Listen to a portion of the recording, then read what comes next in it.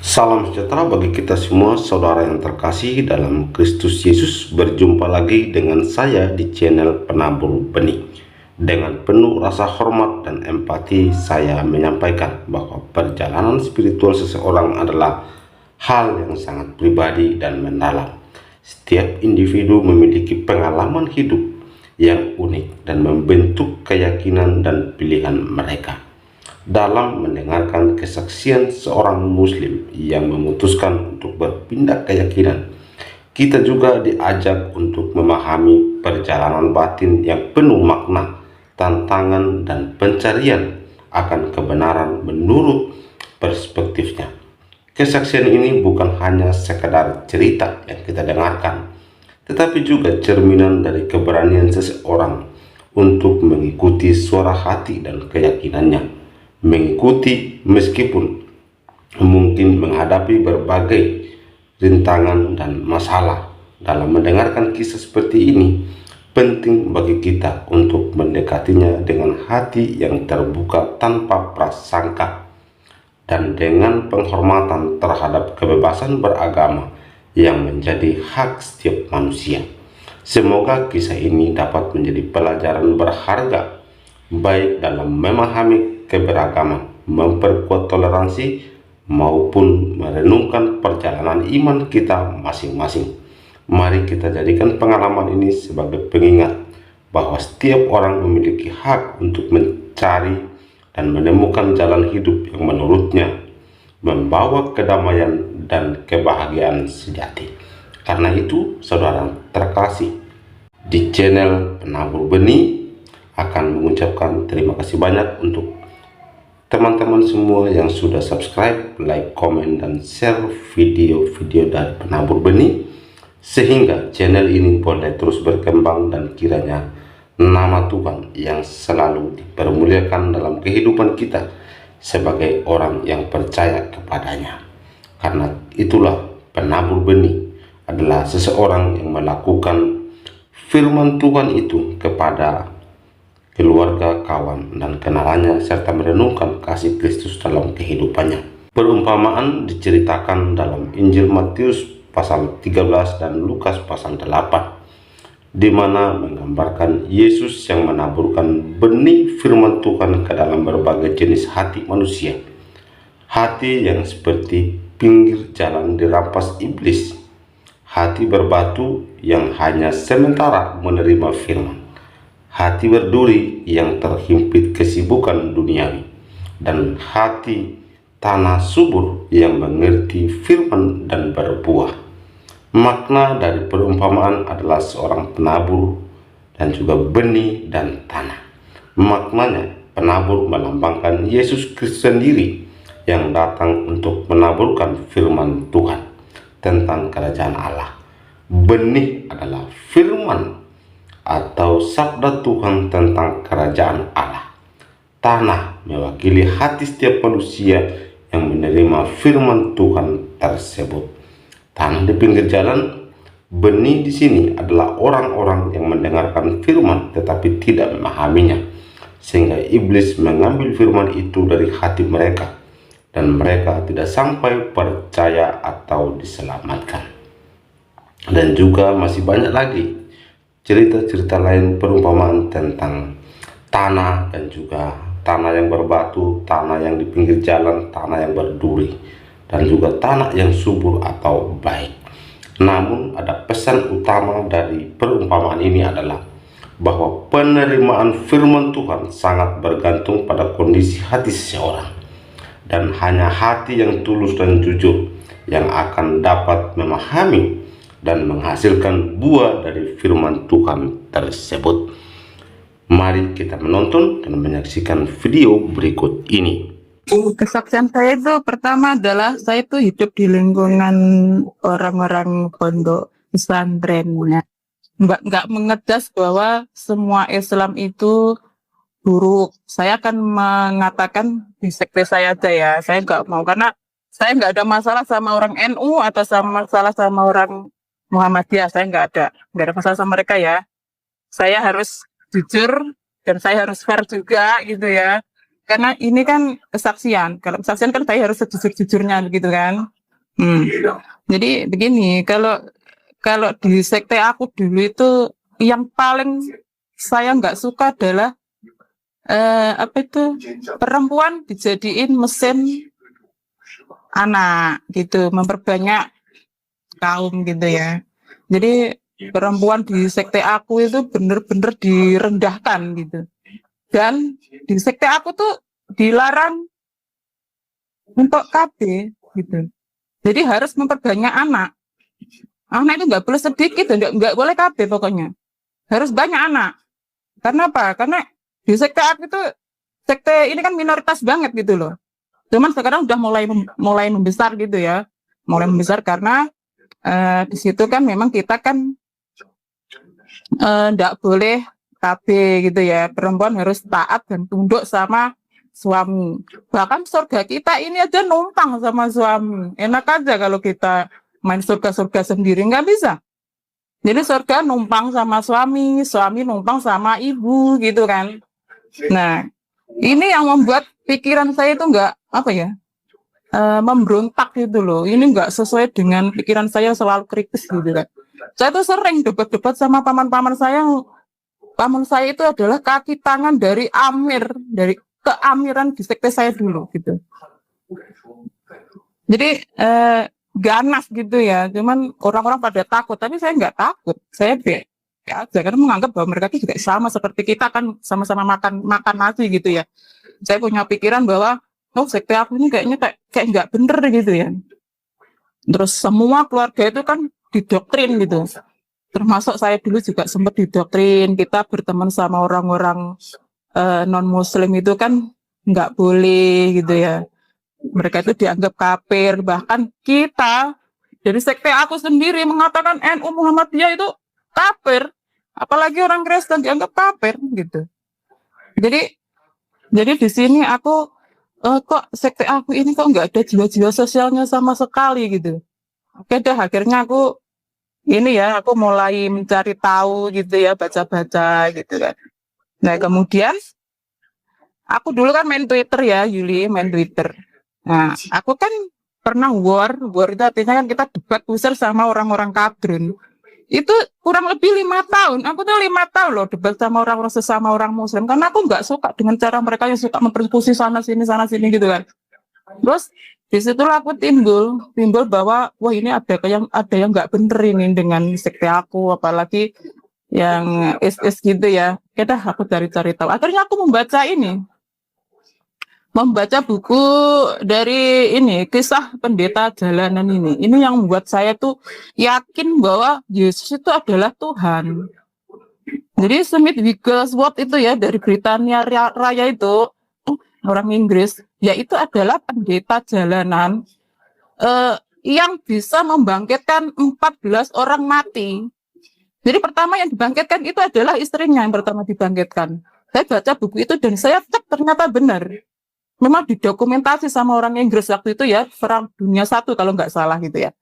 Saya baca, kemudian saya yakin bahwa, oh iya juga ya, ternyata memang nggak ada manusia manapun di era modern yang bisa membangkitkan orang mati dengan memakai nama Tuhan Yesus. Dan tidak ada ilah-ilah lain. Itu yang membuat saya yakin bahwa Yesus adalah Tuhan. Gitu.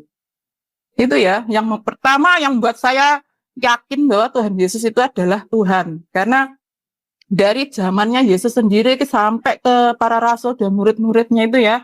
Jadi yang membangkitkan orang mati ini semua itu memakai nama Tuhan Yesus. Itu yang membuat saya percaya. Di agama manapun kalau ada saya akan ikutin.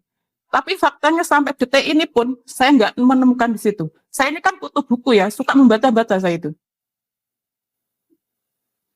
Udah, itu kesaksian saya ya, yang secara data ilmiah itu ya, Yuli ya. Tapi kalau kemarin saya punya kisah itu ya. Itu waktu saya cuti kemarin bulan 6 di Indonesia itu kan tanggal 13 saya baptis. Terus saya balik bulan 7 tanggal 5 itu kan pasien saya ini yang di samping saya ini ya.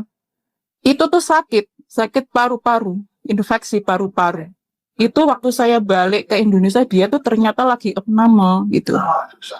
Dia tuh kayak mati suri, anaknya tuh nangis-nangis terus.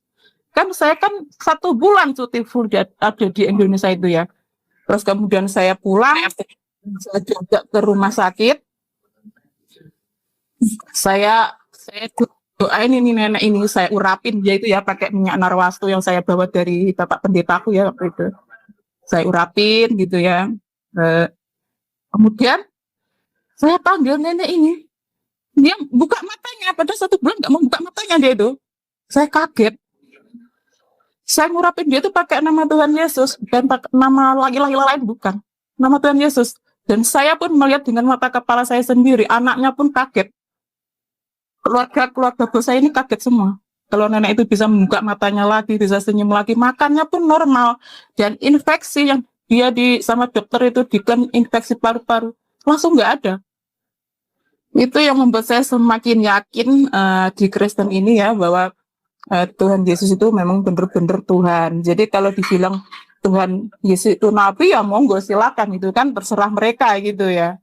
Saya nggak peduli gitu. Apapun yang diomong keluarga saya bahwa saya kaper atau apapun. Oh tangisa gue ketaso, tangisa. 在里面有一些硬的就不要。 Ya. Itu saya nggak peduli. Bahkan keluarga saya ngatain saya kaper, bodoh amat, saya makan itu nggak minta sama mereka gitu ya. Terus, oke ya, ini kesaksianku sampai di sini. Ya terus untuk teman-teman yang masih Muslim ya, kalian kan sudah tahu ya kan. Minimal ini kan era digital, kalian bisa baca-baca lah, tahu info-info gitu ya, baca-baca info bahwa kita hidup di dunia itu harus punya tujuan, ya kan? Kalau di agama kita itu kita nggak yakin, ternyata ada yang nggak cocok sama hati kita tuh harus tanya loh, harus kritis. Aku tuh masuk Kristen teman tuh kritis banget Yuli. Nggak mau aku asal masuk itu aku nggak bisa seperti itu. Jadi aku tuh butuh validasi ke beberapa orang. Dan ya puji Tuhan kemarin tuh aku sempat dikenalkan sama evangelis dari Amerika juga, 1 orang gitu ya. Terus dari orang Israel juga ada 1. Sekarang dari mentor aku ya yang di Indonesia ada. Jadi 3 orang ini mementori aku terus gitu. Jadi ngasih aku tuh ini itu ya tentang kekristenan, tentang jemaat mula-mula, gereja mula-mula, semua itu diceritakan. Mulai sejarah-sejarah itu semua diceritakan tentang kekristenan gitu ya. Nah, itu yang membuat saya semakin yakin bahwa Tuhan itu nggak bisa dibeli dengan uang apapun, dengan apapun pokoknya yang ada. Kemewahan yang ada di dunia ini nggak bisa dan nggak mampu membeli Tuhan Yesus. Itu bagi saya.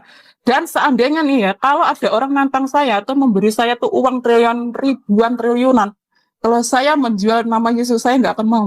Meskipun itu triliunan. Itu yang membuat saya yakin bahwa Yesus itu benar-benar Tuhan gitu. Karena saya itu orangnya rajin baca, Yuli. Rajin baca banget saya itu. Nah, untuk teman-teman yang lain, menurut aku kalian nggak perlu takut yang namanya murtad. Kalian itu jangan mau didoktrin sehingga kalian itu menjadi zombie gitu loh. Kalian itu punya ini masalahnya, punya ini dipakai. Itu menurut saya. Iya, aku harus ngegas dikit sama kalian. Jangan mau didoktrin sama. Lihat itu kelakuannya, ya kan? Kelakuannya us-us yang ada di luar sana itu kelakuannya kayak gimana? Kalian harus tahu protek. Nah, aku gitu orang. Aku masuk Kristen tuh nggak omong-omong aku, nggak mau aku. Harus aku cari yang bener-bener gitu. Ternyata aku dikasih bukti. Wah ini loh, Summit Eagles Squad. Wah ini loh, ada kisah ini loh. Oh ini ada kesaksian begini. Ya itu yang memvalidasi bahwa Kristen itu memang bener-bener ini gitu loh. Jadi nggak kayak yang lain gitu ya. Nah, itu menurut saya. Ya itu pesan saya ya buat cewek-cewek, atau aku tantang kalian, siapa ilah mana yang bisa membangkitkan orang mati. Ini aku tantang kalian ya. Ada di bawah ini terutama. Ya aku tantang kalian. Kalau ada ilah-ilah lain memakai nama lain selain Yesus bisa membangkitkan orang mati, aku ikutin kalian. Kalau nggak ada ya kalian baca sendiri Summit Eagles Squad. Oke? Itu udah.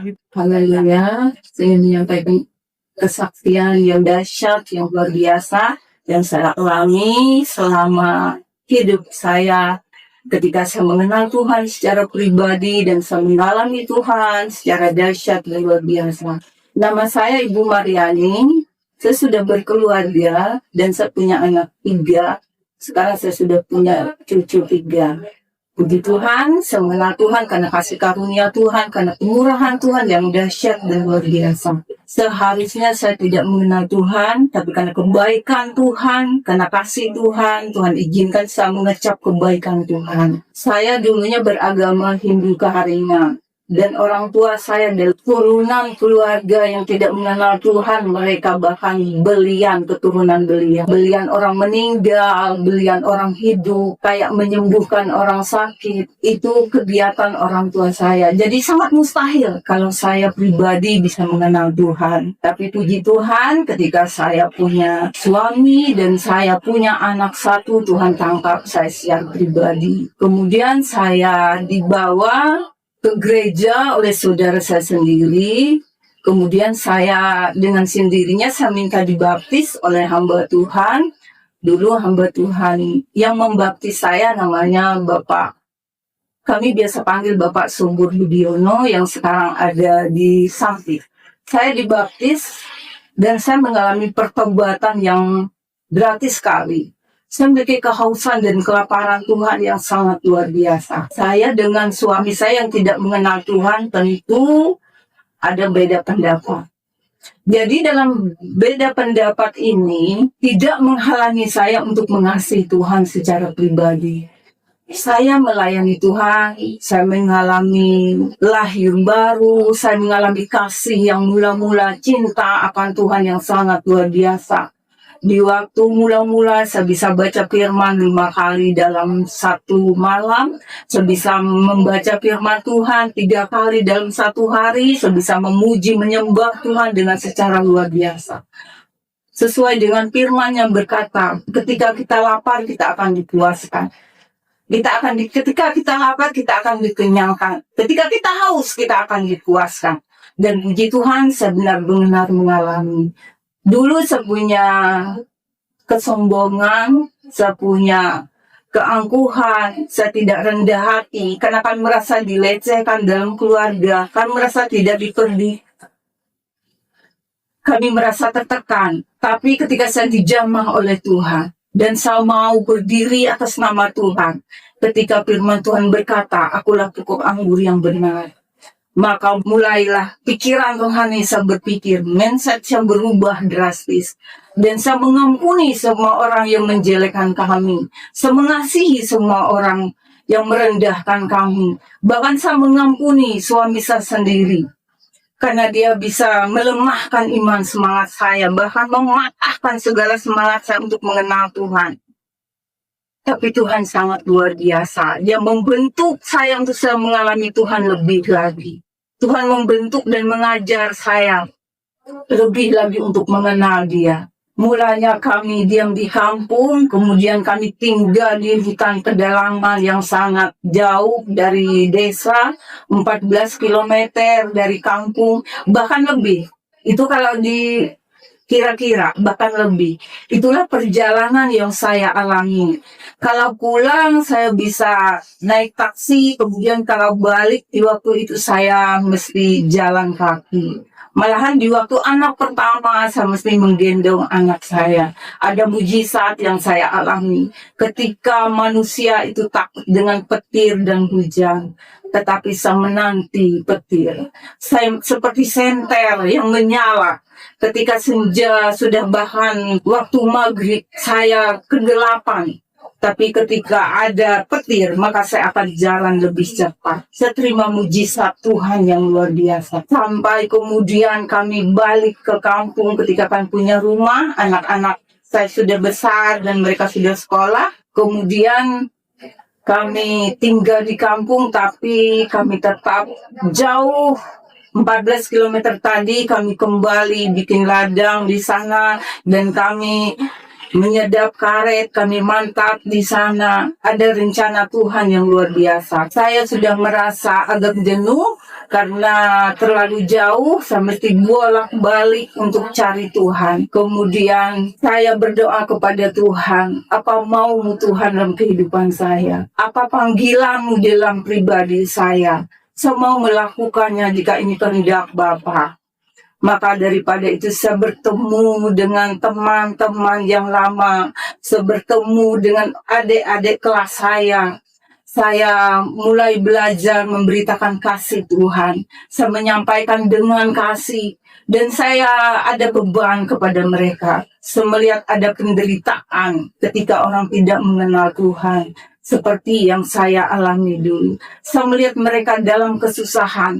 Bahkan ketika saya melihat orang itu yatim piatu, mereka benar-benar kehilangan harapan. Maka saya mencoba memberikan kabar baik, Yesus adalah Tuhan. Dialah sumber damai sejahtera.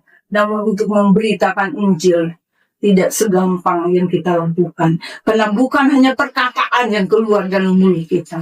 Kita mesti mengenal Tuhan lebih dalam lagi. Kesaksian hidup kita lah yang mereka lihat. Kesaksian pribadi lah yang mereka pandang. Untuk kita bisa menyampaikan bahwa Allah itu penuh kasih dan damai sejahtera. Dan puji Tuhan, di sana kami bisa membawa 2 pribadi untuk mengenal Tuhan.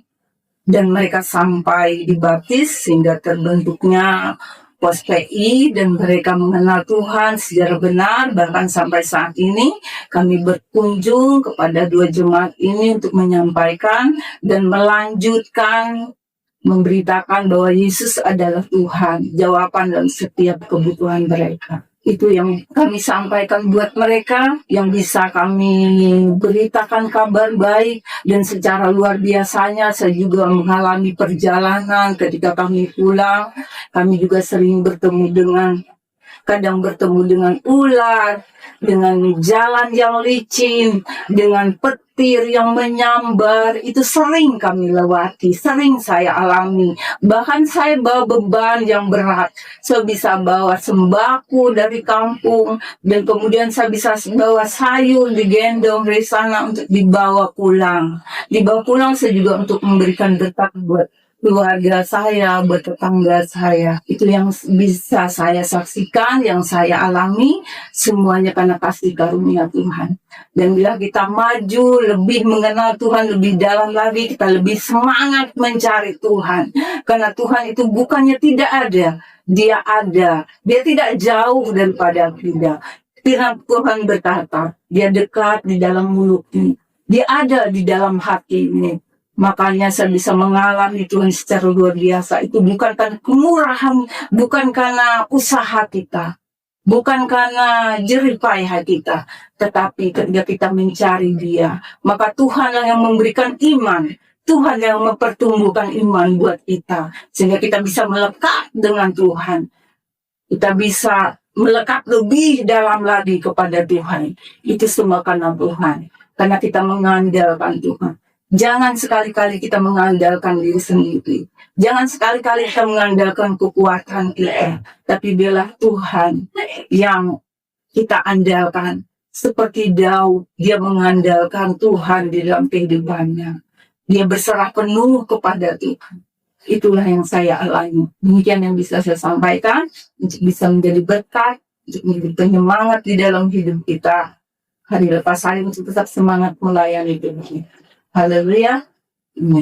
Jadi Yohanes 14 ayat 6 itu berkata, Yesus berkata, akulah jalan dan kebenaran dan hidup. Tidak ada yang sampai kepada Bapa kalau tidak melalui aku. Artinya gini, ketika orang gak ada yang sampai kepada Allah kalau tidak melalui Yesus. Nah buat saya dan buat sebagian besar orang Kristen pada umumnya, ini adalah ayat emas. Ini adalah ayat yang menjadi pegangan bahwa Kristen itu benar, gitu loh. Jadi nggak ada yang melalui Yesus, selain melalui Yesus nggak bisa. Kalian nggak akan bisa pernah sampai ke surga, gitu. Demikian video kesaksian yang kita sudah dengarkan secara bersama-sama. Kesaksian ini yang sangat luar biasa sekali, di mana ia menyampaikan pengalaman spiritualnya bersama dengan Kristus, dan ia mengalami perubahan yang luar biasa. Orang yang sakit disembuhkan, melalui kuasa darah Tuhan kita Yesus Kristus.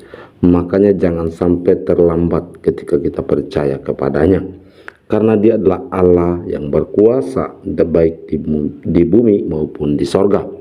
Dan dia juga adalah Allah yang tidak bisa dibatasi oleh ruang dan waktu, apalagi dibatasi oleh manusia. Apa yang Tuhan pikirkan tidak sama dengan apa yang manusia pikirkan.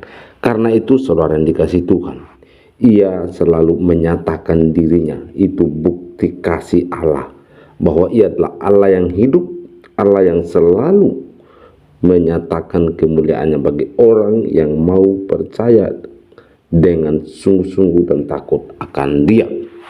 Lukas pasal 18 ayat 15 sampai 17 mengatakan demikian. Lembaga Alkitab Indonesia memberikan satu judul, Yesus memberkati anak-anak.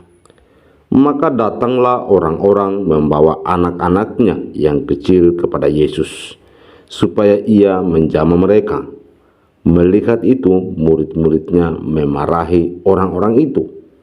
Tetapi Yesus memanggil mereka dan berkata, biarkanlah anak-anak itu datang kepadaku, dan janganlah kamu menghalang-halangi mereka.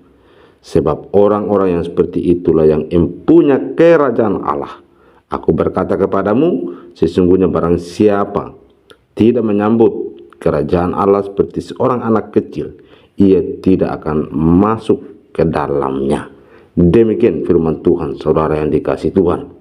Sebenarnya yang menjadi pertanyaan kita dan menjadi topik dalam perenungan firman Tuhan ini adalah, ada apa dengan anak kecil? Seorang ibu menggendong anak kecil naik bis pulang ke rumah. Ketika kernet menghitung penumpang, ia berkata, anaknya dipangku saja ya bu, bebas tiket. Umumnya anak kecil sering dianggap lemah, belum mengerti apa-apa, masih bergantung pada orang tua, belum dianggap penting dalam lingkungan sosial, bahkan kehadirannya tidak dihitung. Ketika orang-orang membawa anak-anak kecil kepada Tuhan Yesus, murid-muridnya memarahi orang-orang itu. Alasannya, Yesus sudah lelah karena sepanjang hari berjalan dan mengajar tentang kerajaan Allah. Sedangkan anak-anak itu belumlah mengerti tentang pengajaran Yesus. Biarlah nanti orang dewasa yang mengajarkannya kepada anak-anak mereka masing-masing. Tidak harus Yesus yang turun tangan mengajarkan anak-anak kecil. Sekarang jangan halangi Yesus dalam perjalanannya. Melihat perbuatan murid-muridnya itu, Yesus memanggil orang-orang yang membawa anak-anak itu dan berkata, biarkanlah anak-anak itu datang kepadaku dan jangan halang-halangi mereka. Sebab orang-orang seperti inilah yang memiliki kerajaan Allah. Sepertinya Yesus tidak mengindahkan perbuatan murid-muridnya. Dia mengajar dengan menyuruh orang-orang itu membawa anak-anak kepadanya. Lalu Yesus berkata kepada murid-muridnya, siapa saja yang tidak menyambut kerajaan Allah seperti seorang anak kecil, ia tidak akan masuk ke dalamnya. Bagi Yesus, anak-anak itu sangat berharga, bukan penghalang untuk menyatakan kerajaan Allah. Mereka berhak mendapatkan berkat Yesus dan harap dihitung keberadaannya. Ada dua anggapan orang dewasa terhadap anak-anak, menganggap penting dan menganggap tidak penting. Namun, Yesus menunjukkan kepada kita pentingnya menyambut kerajaan Allah seperti anak-anak itu. Anak-anak memilih karakter jujur, polos, mudah berteman, dan mudah mengampuni. Gambaran kerajaan Allah itu mau berteman dengan siapa saja, rela mengampuni, dan mau hidup damai di sekitar.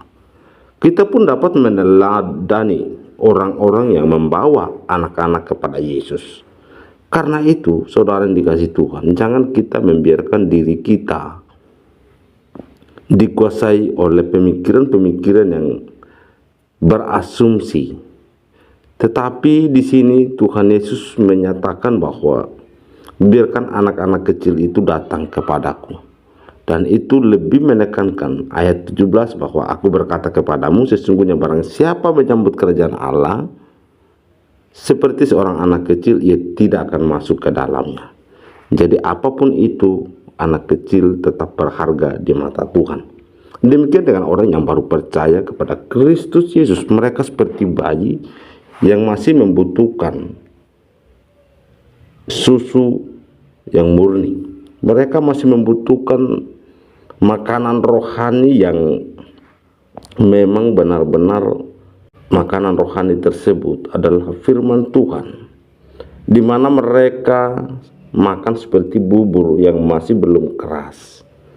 Demikian dengan yang kita dengarkan apa yang disampaikan oleh Murtadini ini ketika ia mengambil keputusan percaya kepada Kristus, dan bahkan dalam komentar-komentar yang ia jawab, ia respon dalam TikTok, di mana ia menyampaikan kerajaan Allah, memberitakan Injil kepada mereka, bahwa kuasa Yesus itu seperti ini. Allah yang kita sembah di dalam Yesus adalah Allah yang berkuasa. Itulah yang menjadi tujuan dia menyampaikan kesaksian ini, melalui ada orang yang komentar yang mengarah kepada hal yang negatif, tetapi dia memberkati mereka. Maka dari itu ia yakin dan percaya bahwa Kristus adalah Allah yang mengampuni, Allah yang mengasihi. Maka ia juga menerapkan kasih itu kepada orang-orang yang memang meresponi kesaksian dia dengan cara yang negatif, dan bahkan mereka punya motivasi yang salah terhadap apa yang ia sampaikan. Karena itu saudara dikasih Tuhan, mari kita terus bersaksi kepada siapapun dan dimanapun, supaya Injil dapat diberitakan dan Tuhan Yesus dipermuliakan. Demikian firman Tuhan dan juga perenungan dan video kesaksian yang kita sudah dengarkan secara bersama-sama. Semoga ini boleh menjadi berkat, dan Tuhan kita Yesus Kristus semakin dimuliakan dan diagungkan, karena dia adalah Allah yang layak disembah, dipuja. Dialah pencipta langit dan bumi serta segala isinya. Tuhan Yesus memberkati. Shalom.